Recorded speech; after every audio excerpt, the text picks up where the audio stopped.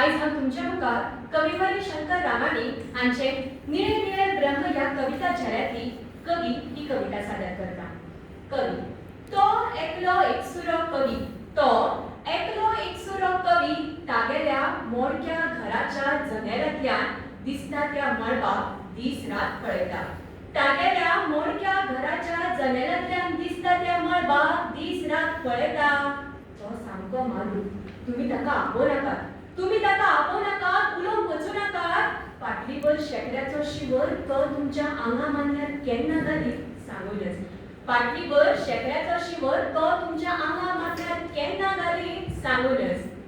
पूण चुकून केन्नाय तरी तागेले जनेल जेन्ना, चुकून केन्नाय तरी तागेले जनेल जेन्ना निळे निळे मळब जाल्ले दिसता, तेन्ना दिगंताची पाखरां ताका नितळ उजवाडाचो साद घालतात। तेन्ना दिगंताची पाखरां ताका नितळ उजवाडाचो साद घालतात।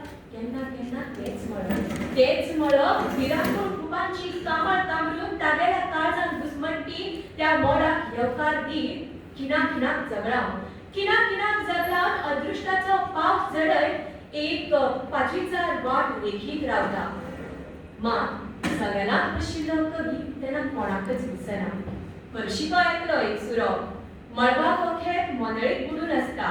हरशी तो एकलो एकसुरो, मळबाक अखेर मोनळीक बुडून आसता पिसो तो। तुम्ही ताका केन्नाच सुद्दां मारूं नाकात, केन्नाच सुद्दां मारूं नाकात। तर ही कविता एक साद्या सोप्या सुंदर उतरांनी घडयली। ह्या कवितेंतल्यान कवी आमकां जिविताचो एक खाशेलो पट आनी म्हत्वाचो धडो शिकयता। जशे ह्या कवितेंतलो कवी एकलो एकसुरो आसा, तसो ह्या संवसारांत जल्माक येवपी दर एक मनीस, दर एक जीव एकलो एकसुरोच जल्माक येता। एकलो एकसुरोच आपणाली जीण जियेता अशें म्हणपाक हरकत ना। आनी निमाणे कडेन एकलो एकसुरोच ह्या संवसाराचो निरोप घेता। ह्या कवितेक जाका कवी म्हळा, म्हाका दिसता तो कवी न्हय, तो प्रतिनिधी। तो प्रतिनिधी त्या सगळ्या मनशांचो, त्या सगळ्या सर्वसाधारण मनशाचो जो आपल्याल्या जिणेंत कसलो ना कसलो संघर्श करता। तो कवी, तो प्रतिनिधी आपल्याल्या जिणेंत आयिल्ल्या त्या अभ्यासाच्या बुन्यादीर उबे राविल्ल्या त्या मोठ्या घरांत रावता। म्हळ्यार ते ताची अभ्यासा ताका खिणाक खिणाक खावपाक येता, ताका अस्वस्थ करता। तेन्ना केन्नाय तरी एक आशेचें किरण दिसत काय ह्या अभ्यासान तो जियेता। तेन्ना त्या खातीर तो त्या मळबा कडेन पळयता, कारण मळब हे अनंतताय, अपारतायेचें प्रतीक। त्या मळबाच्या त्या अपारतायेच्यान स्वता खातीर एक उर्बा मेळटली काय हाची तो यत्न करता। ताच्या अभ्यासाच्या कुरकुटान तो घुसमटत आसता। दर खिणाक ताच्या मनात हेच विचार घुंवत आसता, ताचें चित्त थाऱ्यार आसना। अशा वेळार जर ताका कोणें कितें म्हणलें जाल्यार ताच्या विचारांचो जो बांद ताणें घातिल्लो आसा तो फुटूं येता। ताच्या त्या दुख्खी आनी निर्शेणीन भरिल्ल्या मनांतल्यान कितें भायर सरत सांगूनच। ह्या सगळ्या निर्शेणीच्या वातावरणांत आसतना एक आशेचें ताका किरण दिसता। ते निळे निळे मळब ताका सांगता, जिवीत ल्हान ना, एक दोन अभ्यासांनी हें जिवीत तुजें सोंपचें ना। अभ्यासाच्या कुरकुटांतल्यान भायर सर, ह्या संवसाराक पळय हो संवसार खूब व्हड आसा। तेन्ना ताका एक सकारात्मक दृश्टिकोण मेळटा। ताच्या मनात सोबीत भांगराळी सपनां जल्मतात, फुडाराचे हावेस निर्माण जातात। ह्या दृष्टिकोनांतल्यान जेन्ना तो आपल्याल्या जिणे कडेन पळयता, तेन्ना ताका एक नवो मार्ग सांपडटा आनी तो त्या मार्गार चलपाक सुरू करता।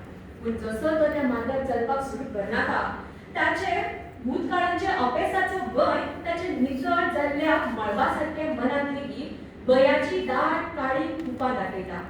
पूण तो भंय, ती भिरांत आतां ताका आडोवंक शकना, कारण आतां ताका कळून आयला की अभ्यासाच्या त्या सपनार पावल दवरले उपरांतच जैताच्या वाटेर तो पावल घालूंक शकता। देखून त्याच खिणाक तो आपणाली सगळी अभ्यासा, ताच्या मनांतलो भंय, ताची नकारात्मक भावना, ताच्या काळजांत घुसमटपी तें वादळ त्या सगळ्याक मनासावन आपणायता आनी आपल्या वाटेर येवपी दर एका अडचणीक तो तोंड दिता। सगळ्या आव्हानां सामका तो धुडमूड उबो रावता, तांच्या वांगडा झुजता। देखून जेन्ना आयुश्यांत वायट परिस्थिती उप्रासता, तेन्ना त्या स्थितीक तोंड दिवप खूब गरजेचें आसता।